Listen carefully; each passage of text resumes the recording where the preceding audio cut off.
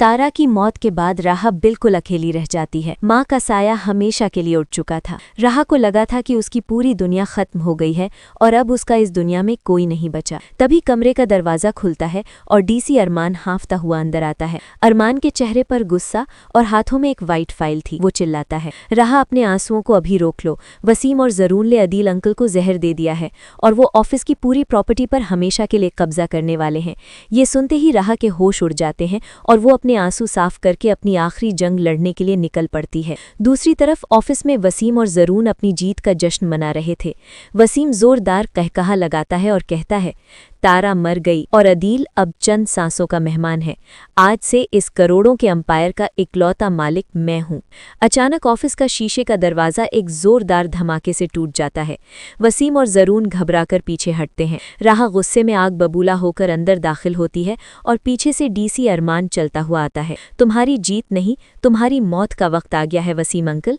राहा की आवाज़ पूरे ऑफिस में गूंजती है। उसी वक्त अरमान आगे बढ़ता है और वही लाल फाइल वसीम के मुंह पर दे मारता है। ये देखो नाना जान के असली प्रॉपर्टी पेपर्स और तुम्हारे हर घोटाले का ठोस सबूत इस फाइल में मौजूद है। ये सबूत देखते ही दोनों बाप बेटे के होश उड़ जाते हैं। ज़रून अपनी जान बचाने के लिए खिड़की की तरफ भागता है, लेकिन तभी पुलिस की 20 गाड़ियां वहां पहुंच जाती हैं और पूरे ऑफिस को चारों तरफ से घेर लेती हैं। ज़रून कांपने लगता है। उसी वक्त अरमान आगे बढ़ता है और ज़रून का कॉलर पकड़कर एक जोरदार थप्पड़ उसके मुंह पर रसीद करता है। तेरी हिम्मत कैसे हुई एक यतीम लड़की का हक मारने की? पुलिस आगे बढ़ती है और दोनों को ऑन द स्पॉट हथकड़ी पहना देती है। अगले ही दिन कोर्ट में जज ठोस सबूतों को देखते ही वसीम और ज़रून को 10 साल की सजा सुना देता है और दोनों हमेशा के लिए जेल की सलाखों के पीछे चले जाते हैं। इधर आसिया अपने घर में बतूल को धमका रही होती है कि अब हमारा राज होगा, लेकिन अचानक टीवी पर ज़रून और वसीम की गिरफ्तारी और 10 साल की सजा की ब्रेकिंग न्यूज़ चलने लगती है। अपना सारा खेल खत्म होता देखकर आसिया के होश उड़ जाते हैं। उसी वक्त आसिया के दिल में एक शदीद दर्द उठता है और वो वहीं फर्श पर गिरकर तड़पने लगती है। हॉस्पिटल पहुंचने पर डॉक्टर्स बताते हैं कि आसिया को इंस्टेंट हार्ट अटैक आया है और उसकी पूरी बॉडी पैरालाइज हो चुकी है। उसके गुनाहों की सजा उसे फौरन मिल जाती है। अपनी मां की ये खौफनाक हालत देखकर बतूल डर के माहे रोने लगती है और बेहोश होकर गिर जाती है। डॉक्टर्स चेक करके आते हैं और बताते हैं कि बतूल मां बनने वाली है। बतूल होश में आते ही घुटनों के बल गिरकर राहा के आगे हाथ जोड़ लेती है।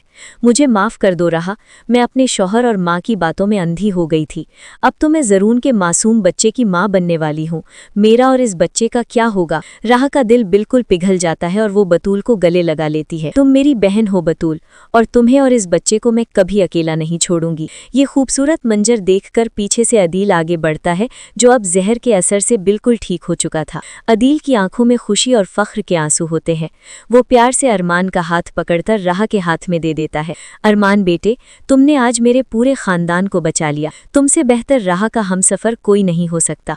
उसी वक्त हॉस्पिटल के लॉन में ही काजी साहब को बुलवाया जाता है और सबकी दुआओं के दरमियान राहा और अरमान का फौरन निकाह पढ़ा दिया जाता है। दोनों हाथ पकड़कर एक नई और खुशहाल जिंदगी का आगाज करते हैं। दोस्तों, क्या राहा ने बतूल और उसके आने वाले बच्चे को अपनाकर सही फैसला किया या उसे हमेशा के लिए छोड़ देना चाहिए था? अपनी कीमती राय कमेंट्स में जरूर बताएं और ऐसी ही जबरदस्त वीडियोस के लिए हमारे चैनल को फौरन सब्सक्राइब